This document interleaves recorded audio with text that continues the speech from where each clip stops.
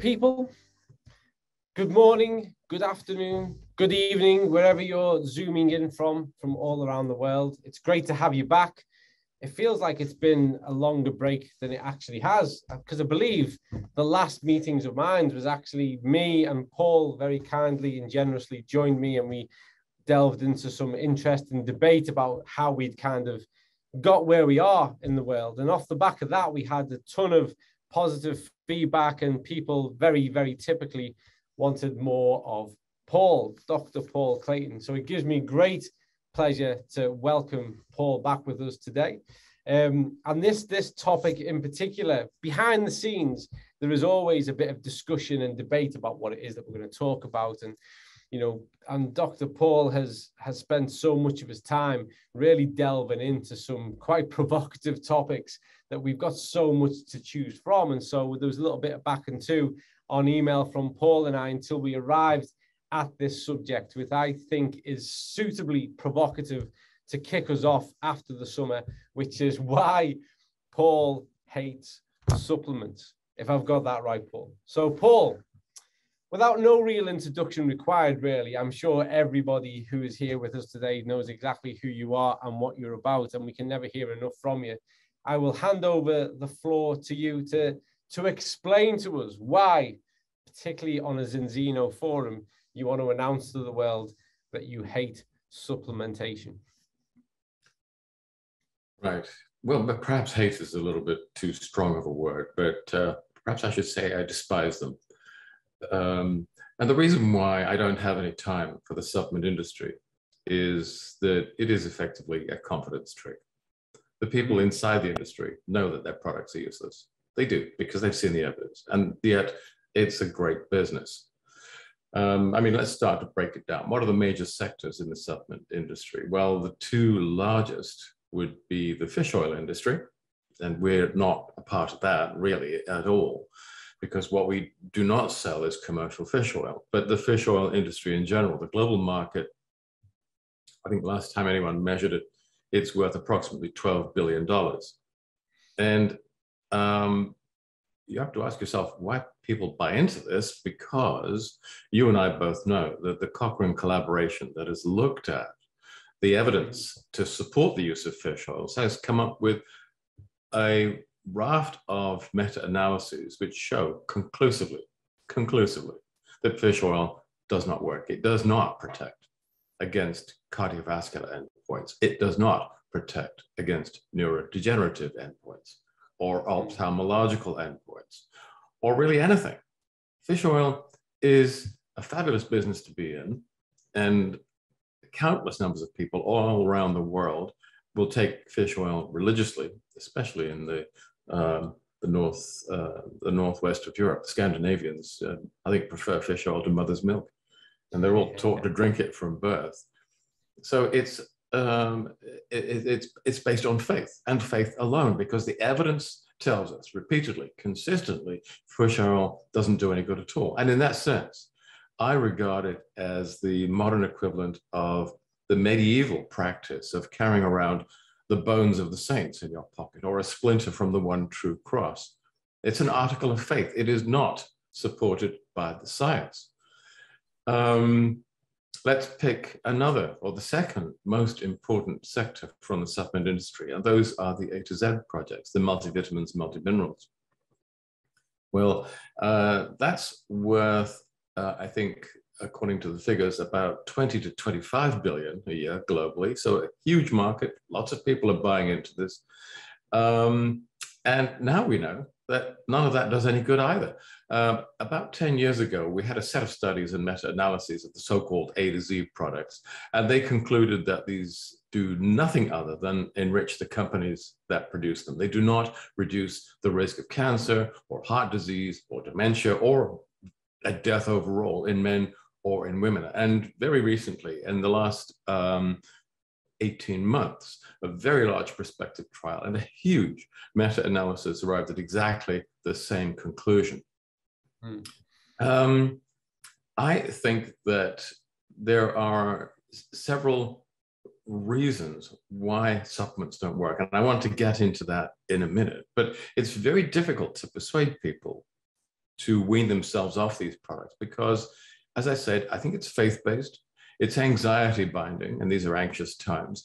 The people who take supplements claim to feel better, but objectively, in terms of real-world health outcomes, they gain no advantage at all. They sicken and they die in exactly the same way as people who do not supplement. Total mortality is unchanged, with one exception, and that is if you take calcium supplements, in which case you're likely to die earlier.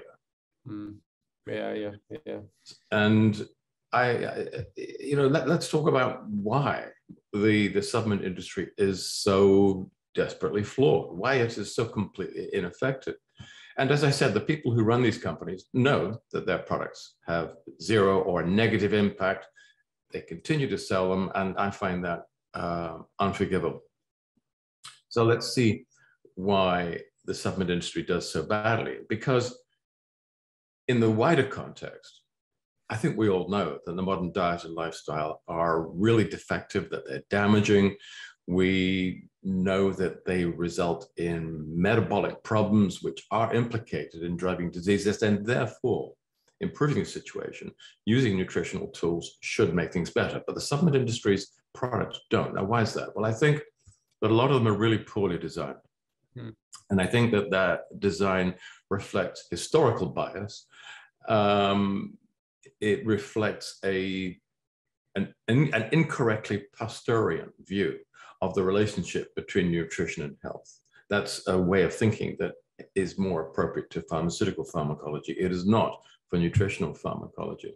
And if you wanted to be more cynical, you might suspect that one of the reasons why the supplements sell such poorly designed product is that many of the supplement companies are owned by drug companies, and their business model depends on vast numbers of us becoming chronically ill. They have no interest whatsoever in helping us to stay healthy with low-cost products, with low-cost supplements. And that might be a darker and additional explanation as to why so many of the supplements on the markets today are so badly designed. Just to interject there, though, because I think some of my cynicism is a bit more deep-rooted. Do you not think that some of the bad design comes down to the fact that they're just really keen to produce a cheap product and create big margins and high turnover, and that what motivates them is not a solution-orientated position, but that they can take advantage of a health narrative, produce a very provocative and appealing cheap product, and make a huge amount of revenue? No, you're exactly right. It's not personal, folks. It's just business. And I can say that from the inside because I've worked in the past with many of the very largest pharmaceutical companies. And more recently, I worked with the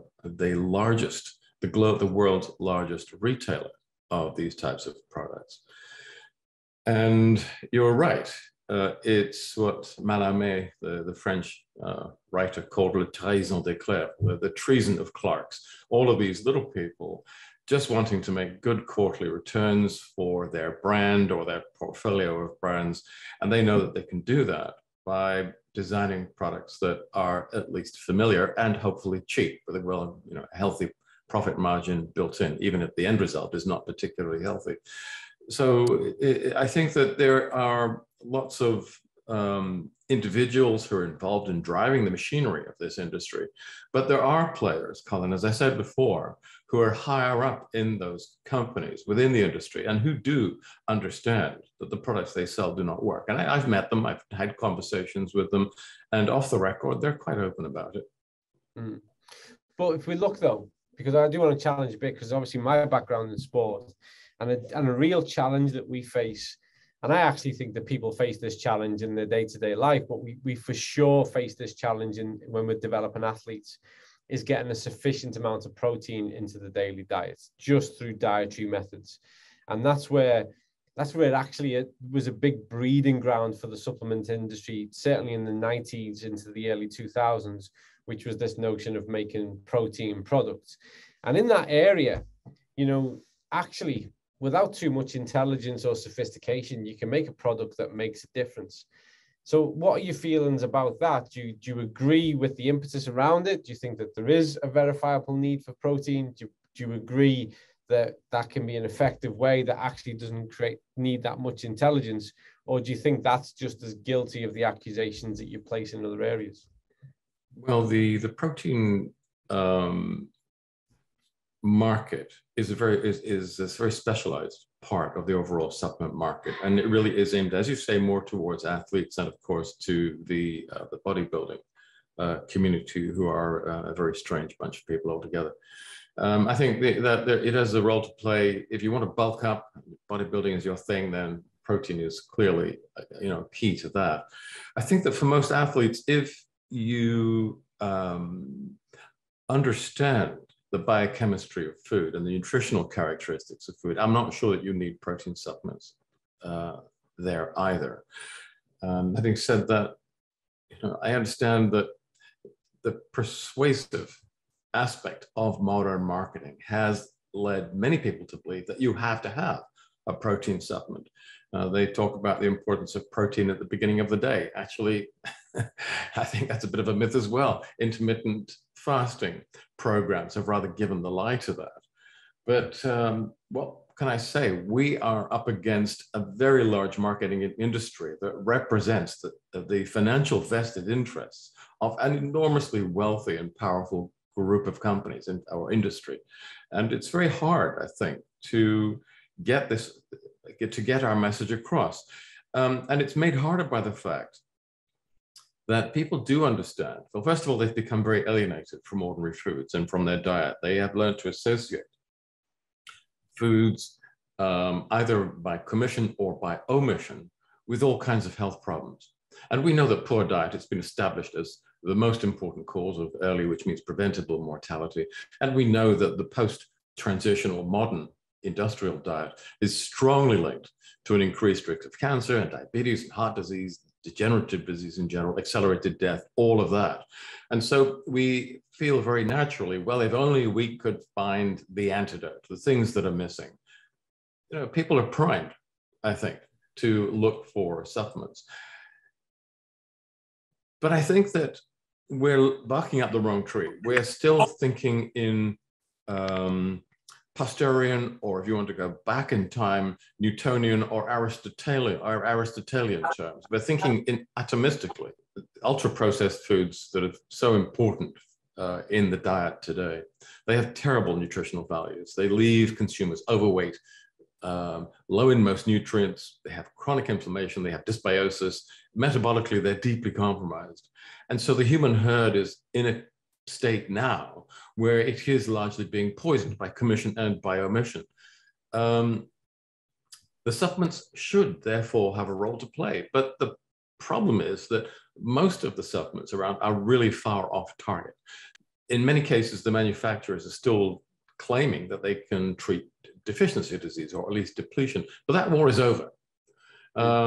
Or they're pushing the latest, most fashionable extract, or as you say, they're simply trying to sell products with the highest profit margin. In all of these cases, they're still thinking in terms of magic bullets, largely. And I think that means that they're peering through the wrong scope.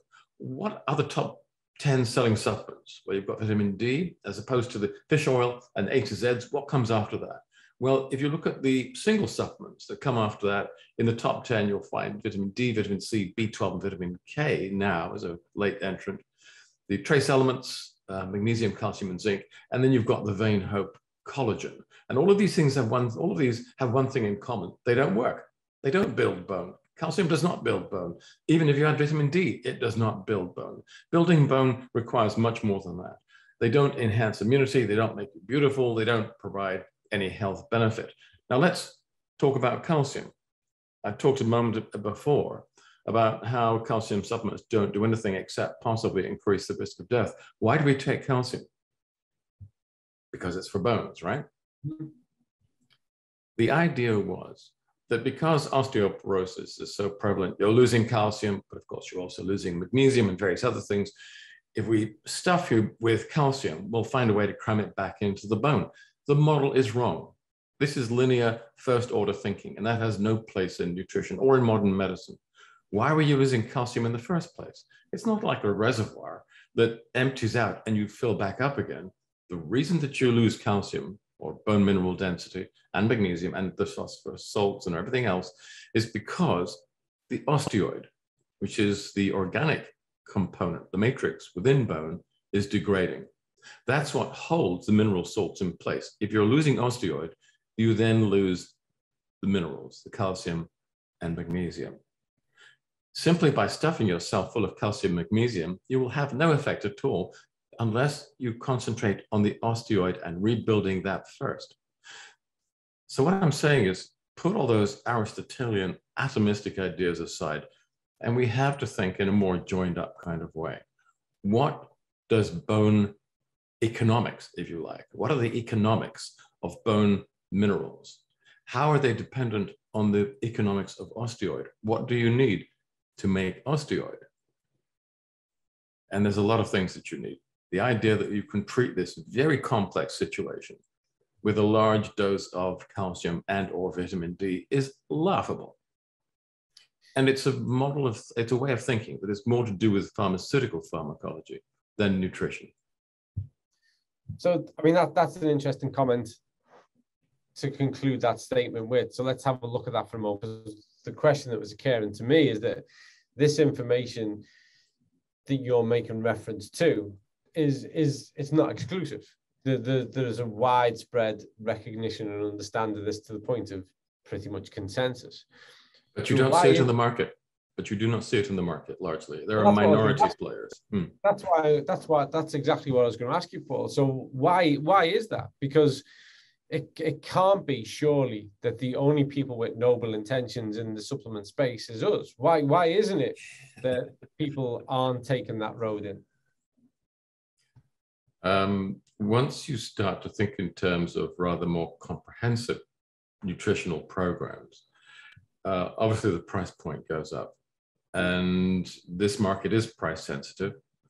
And the fact is that the people who have the worst risk of developing a chronic degenerative disease, a so-called disease of civilization, there's a socioeconomic gradient there. And the people who can afford to eat well and who are less at risk, you know, they're the ones who can afford to buy the expensive supplements. People who are lower down than the pecking order, who actually are more at risk, are going to find it rather difficult to afford the more extensive and therefore more expensive pharmaconutritional programs that really will improve their health. There's that very basic economic issue is, I think, at the heart of it. So then just to go back to the comment you made, which is more to do with the kind of pharmaceutical model of thinking with regards to increasing the intake of calcium, or whether it's magnesium or whatever, to address the situation. Just like, why would you brandish that as a pharmaceutical approach to the problem? Like what's the joined up thinking there in that? Well, the pharmaceutical approach pays at least lip service to the idea of monotherapy and specificity, very Pasteurian, the idea that you can address a single receptor or enzyme or metabolic pathway. That's at the heart of pharmaceutical pharmacology. And there are, as you know, historical reasons for that. You know, you started off with the works of people like Pasteur, Koch, and Ehrlich, which gave rise to this concept of the magic bullet, an approach which is reasonably appropriate when you're dealing with microbes and diseases caused by microbes, specifically bacteria. And what happened was that concept became embedded into the foundation of the pharmaceutical model. And they still look to devise increasingly specific tools to address these very complex conditions, which, such as cardiovascular disease, dementia, you know, whatever, which in fact are not diseases at all, not in the classic sense, they're syndromes. So let me give you an example of that, tell you what I mean. If you look at Parkinsonism, for example, it is not a disease. There are so many enzymes involved, so many neurochemicals, so many sequences inside the different groups of neurons and immune cells in the brain, which culminate in a collection of symptoms that we call Parkinsonism, that there are hundreds of entry points which will lead you to the same clinical presentation.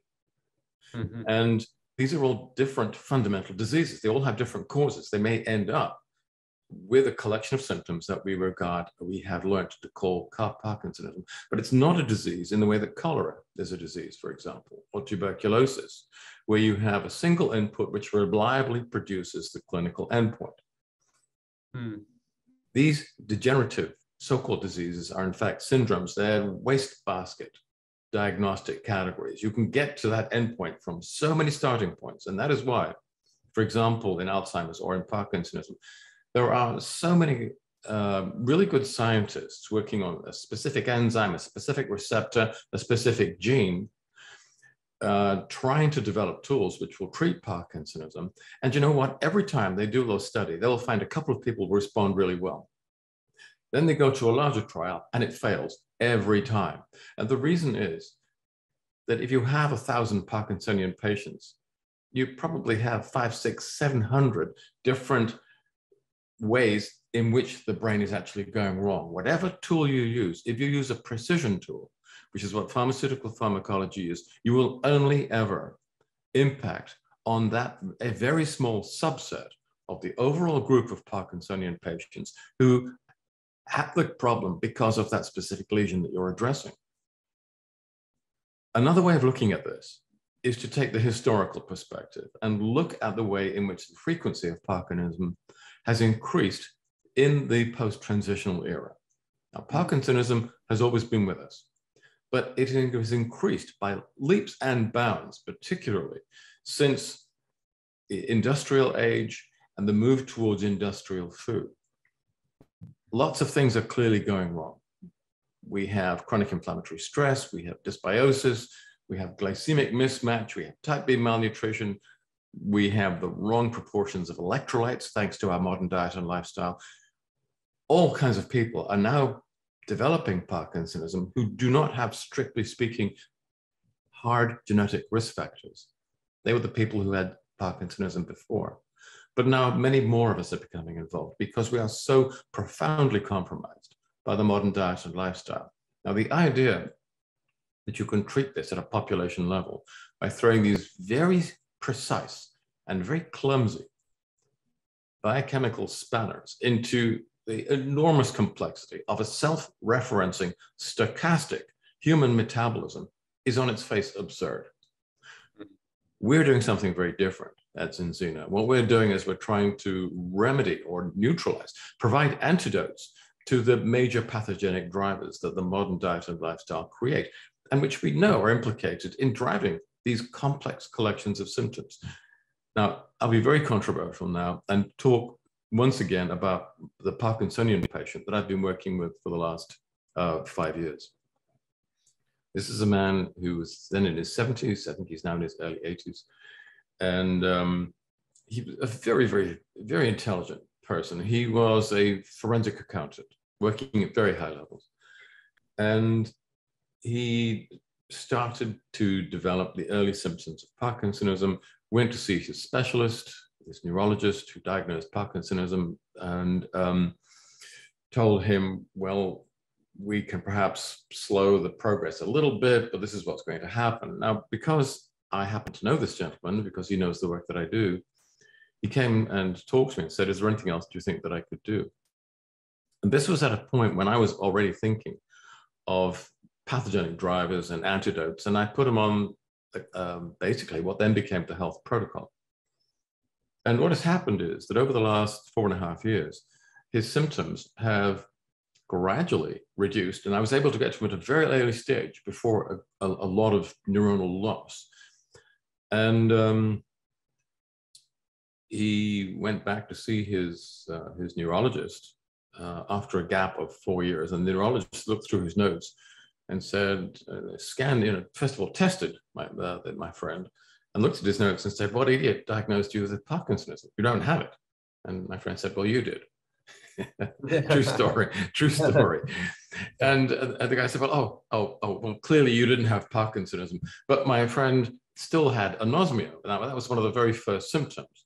And the consultant said, well, look, you still seem to have I can see why I made this mistake, because you've got this particular symptom. Well, maybe it's actually something else, but whatever you're doing, keep on doing it and go away, and I'll see you in a couple of years' time. And now what I'm really pleased to be able to report is that finally the anosmia, which was the first symptom to appear, has become the last symptom to disappear. And he can now once again smell the coffee, he can smell the sawdust, he's an extremely expert woodworker, and he can also smell the rising panic of his neurology consultant, who's a very eminent person who has a sound grasp of pharmaceutical pharmacology, and therefore cannot see beyond the shadows of the shadows on the wall of the cave. Mm-hmm. So when I talk about the idea of a monotherapeutic intervention, that is a very pharmaceutical mode of thinking. I was trying to explain to you that there are coherent historical reasons for that. We have to step outside that. And at Zenzino, that is what we have done. We have established a very different way of approaching dysnutrition and the ways in which the modern diet and lifestyle create these pathological syndromes. And what we're starting to see now is more and more people responding to our types of interventions in ways that I am now beginning to think of as management and perhaps even curative. Now, I understand that that is a very provocative statement, and the more outrageous the claim, the more substantial your evidence needs to be. We do not yet have substantial evidence. I'm presenting this to you as a hypothesis, a working model, and that, I think, is the direction that we are going to continue to go in, and to explore that and to provide further substantiation, which, as you know, we are now starting to do in our series of prospective, randomized, double-blinded and placebo-controlled clinical trials. Which is true, and you know, because we know each other well enough, that I very much see the red lights and hit the brakes whenever we start talking about cures, and I'm very big and dominated in the preventative space because, well, there's two reasons for that. I've got nothing against cures, but I think the problem that we have, Paul, and you'll be aware of this, is that too many people for too long have promised cures to people that are what are called alternative because they're outside of the fully functioning medical model at the moment. Yeah. And they've failed to deliver. One of the reasons that I've had an inherent skepticism about the supplement industry and what's often referred to as the alternate therapy industry is that often when put to task and when assessed, there's a failure to deliver. So could I just say that's true of a great deal of pharmaceutical product as well. I totally agree. I completely, we're on the same page on that, Paul, 100%.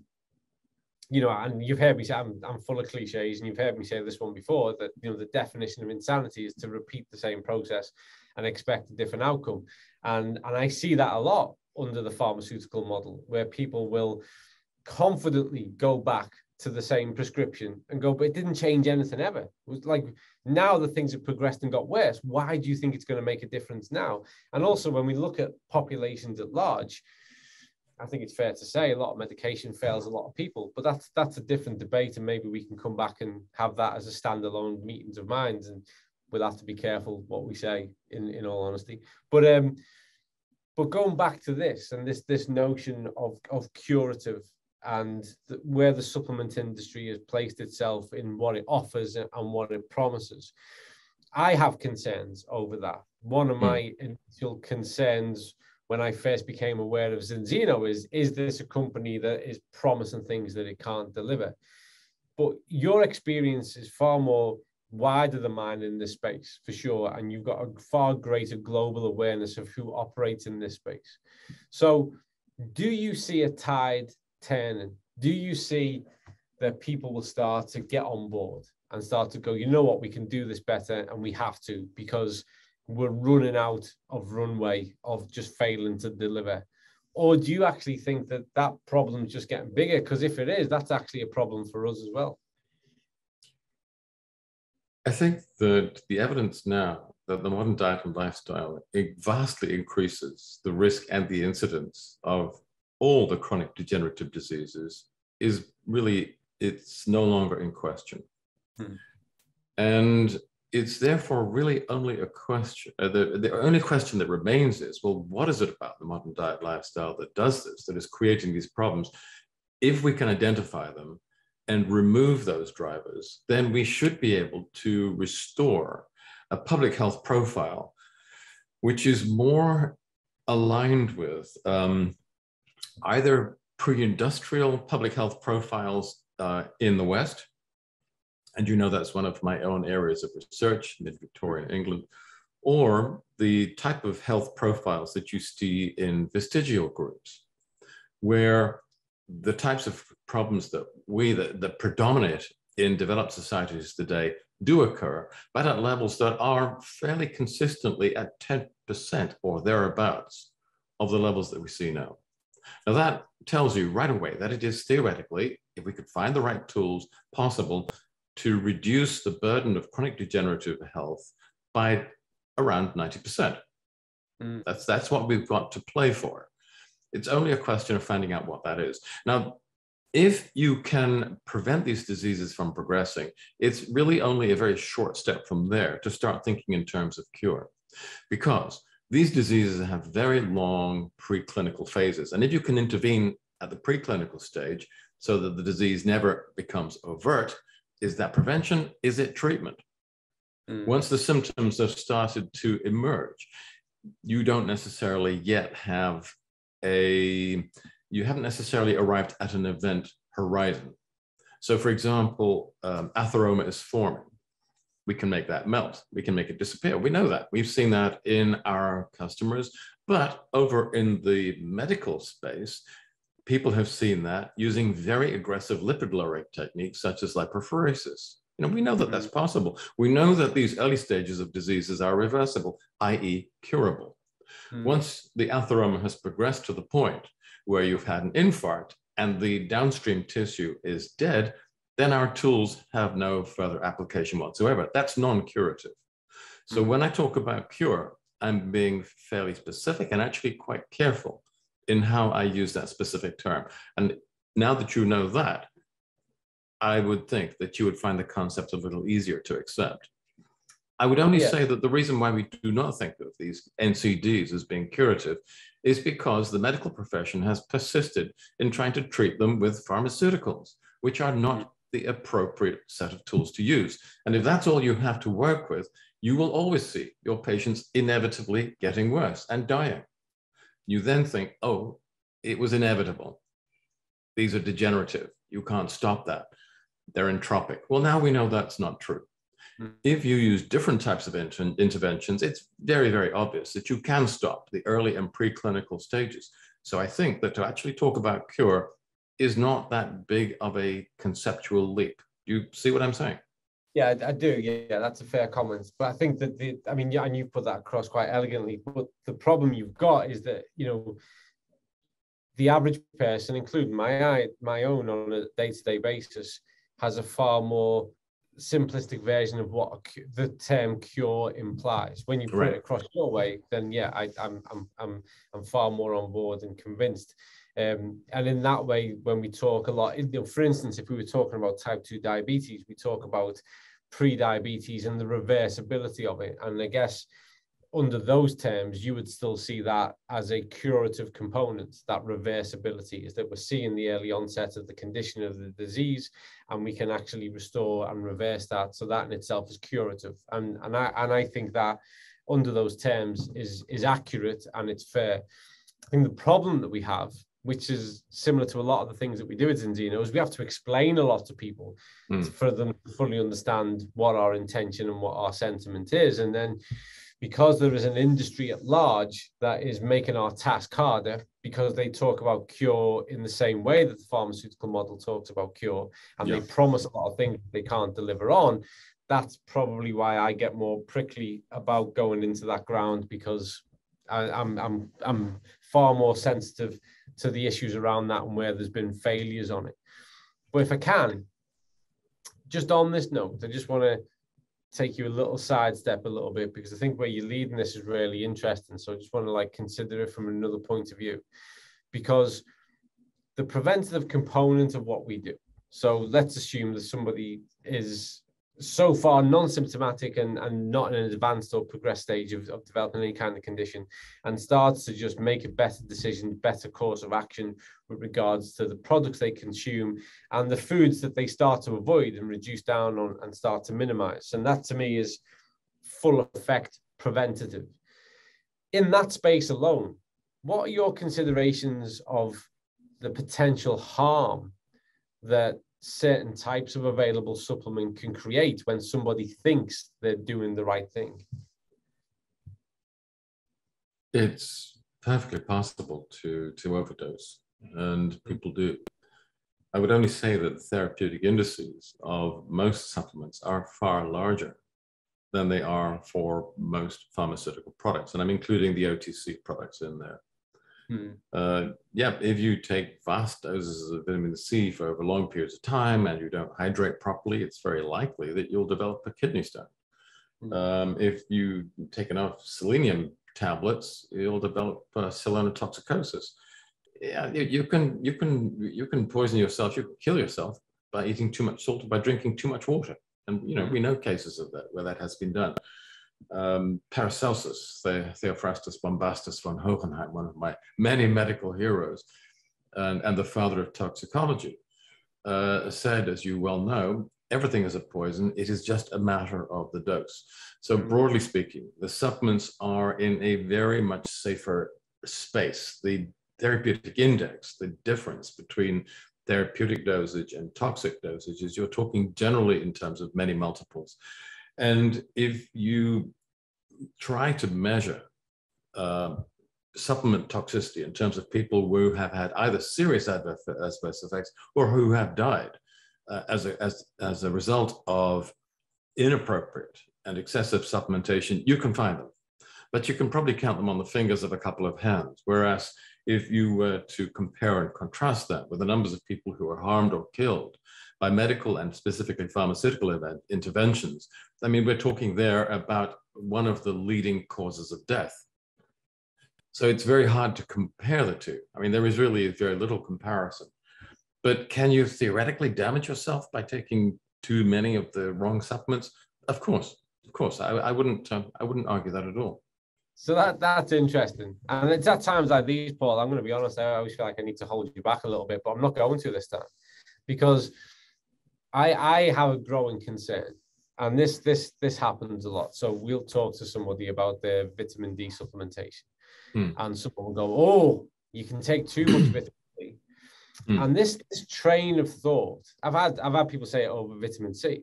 Oh, you can take too much vitamin C, you can take too much. I have to be careful as well. My suspicion here is that this false caution, this raised, the problem we've got is people aren't taking enough. That's the real problem. A billion people attributed to being, vitamin D deficient. 6.3 billion according to the World Health Organization in an omega-3 deficient state. So the problem we've got is people aren't taking enough. So do you think that this seed of thought, this make people concerned about the too much, which isn't really a problem for the vast majority of people, do you think that's been engineered by a certain faction? Do you think that that's been dropped in and that narrative has been led by a certain corner of the market that wants people to be scared of the wrong thing? Colin, your paranoia is showing.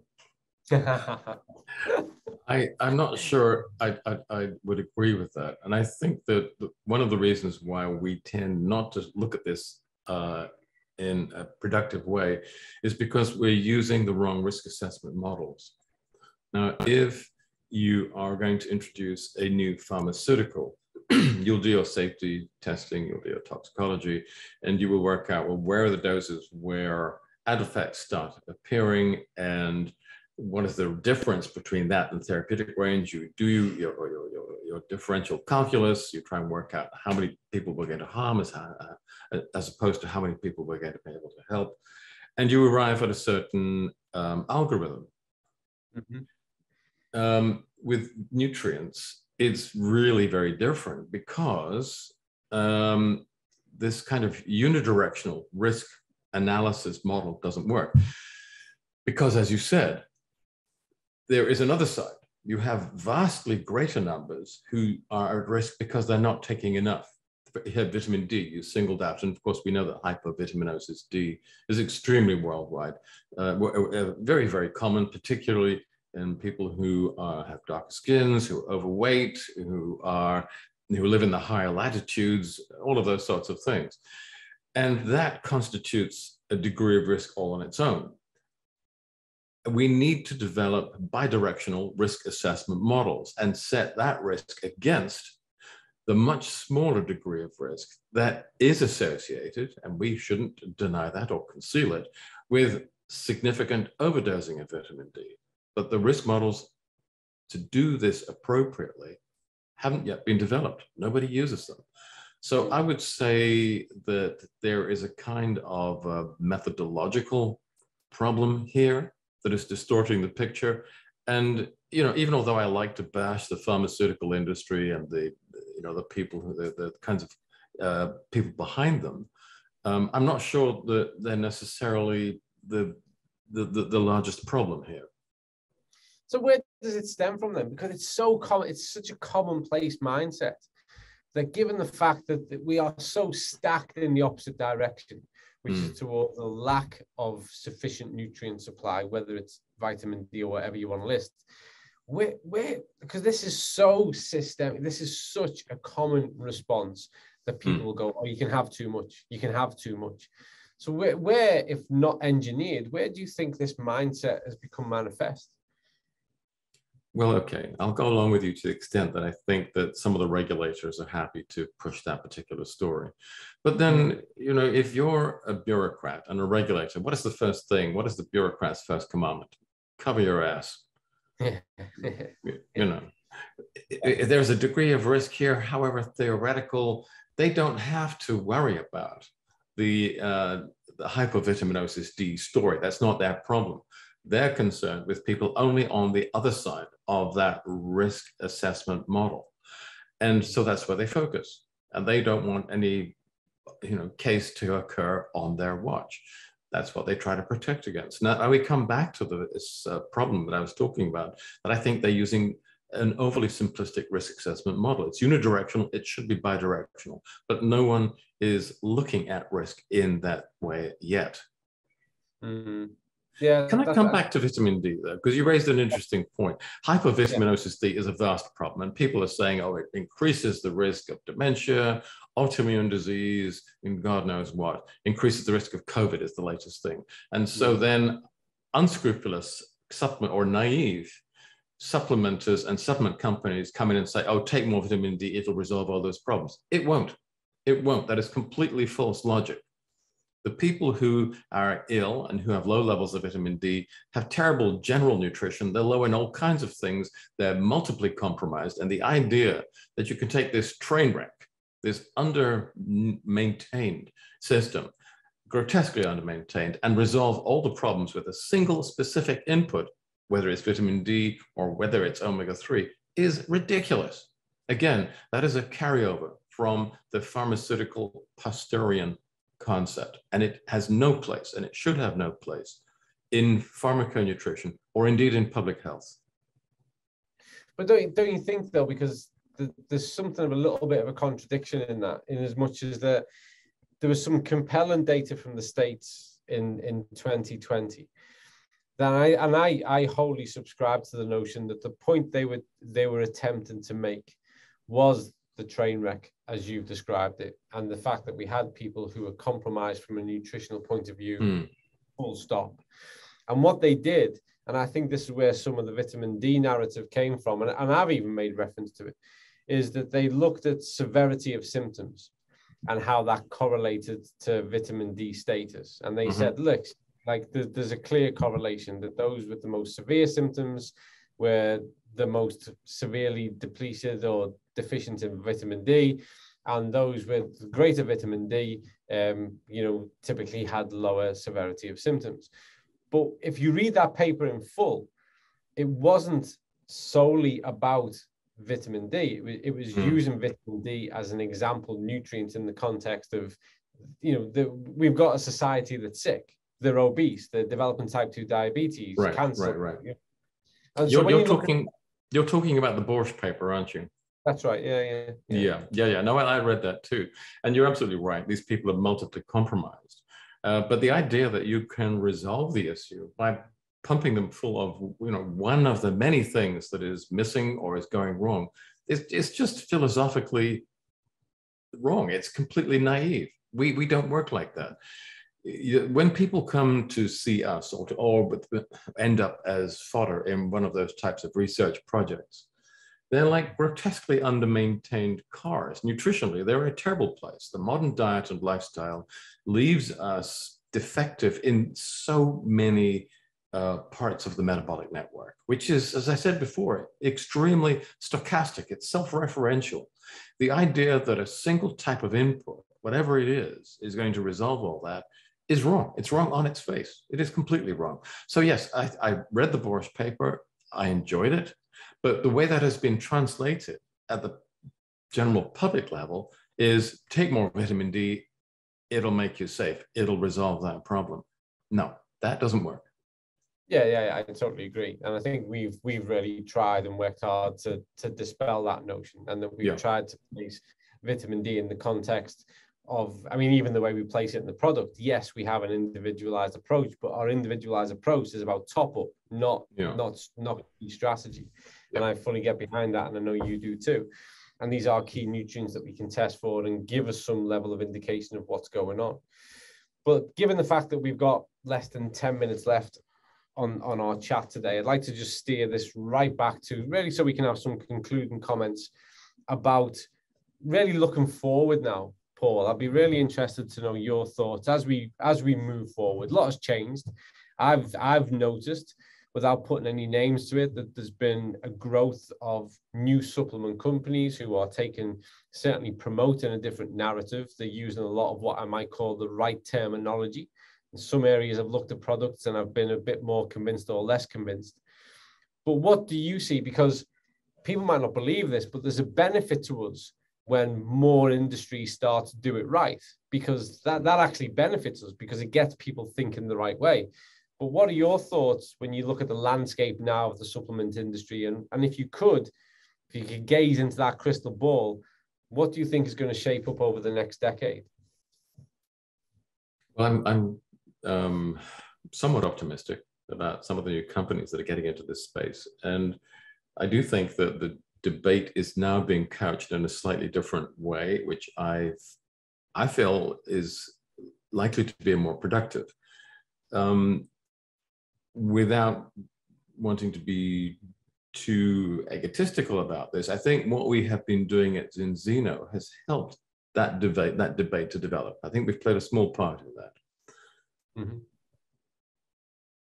If you want me to look a little further ahead into the future, I would say that given that we're clearly in the early stages of a global recession, the current models of healthcare and healthcare delivery, which are so expensive and so inefficient, we're running out of the funds needed to support them. The numbers of people who are sick and requiring medical health are so great that this kind of pharmaceutical post hoc crisis management model of administering health can no longer be afforded. We're bankrupt. Mm. We have to find more cost-effective ways. And that really means you have to go down the road to prevention. And when it comes to prevention, pharmaceuticals are far too toxic to be used indiscriminately at the public health level. The only way you can approach improved public health through preventative strategies, the only way is through lifestyle modification. And we're talking about physical exercise, and we're talking about nutrition. So the future is ours. Tomorrow, at the risk of sounding perhaps a little bit too certain of myself, the future tomorrow is ours. Interesting. I generally tend to agree, and I think that what we've got lined up ahead of us is a huge pivot point, where I do see that there's been such a kind of and a bit of a pressure cooker effect that's made people think of health in different ways. And that's led to actually some good questioning from the average person on the street, Yes. which I welcome, which is a good indication. There's two questions I've picked up in the chat that I'd like us to finish with. One, I'm going to ask you. Could I make one comment before we get into that, Colin? Yeah. You referenced COVID a minute ago. And I think that COVID has had a huge impact on the way in which people think about health. The utter failure of masking social isolation, and really the very substantial failure of the experimental mRNA vaccines has led to a crisis of confidence in the medical profession. People are questioning and doubting the regulators, the NIH, CDC, FDA, EFSA, in a way that they've never done before. The medical profession has lost a great deal of credibility, a great deal. And people have, I think, as a result of that, begun to focus rather more on self-management. How can I improve my own risks? How can I reduce my own vulnerability? What can I do to make my chances better going forward? Because the medical model is so very deeply flawed. That, I think, again, is one of the reasons why I believe that what we are doing is part and parcel, a significant part of the next generation model of public and personal healthcare. Now, having got that off my chest, you had a couple of questions.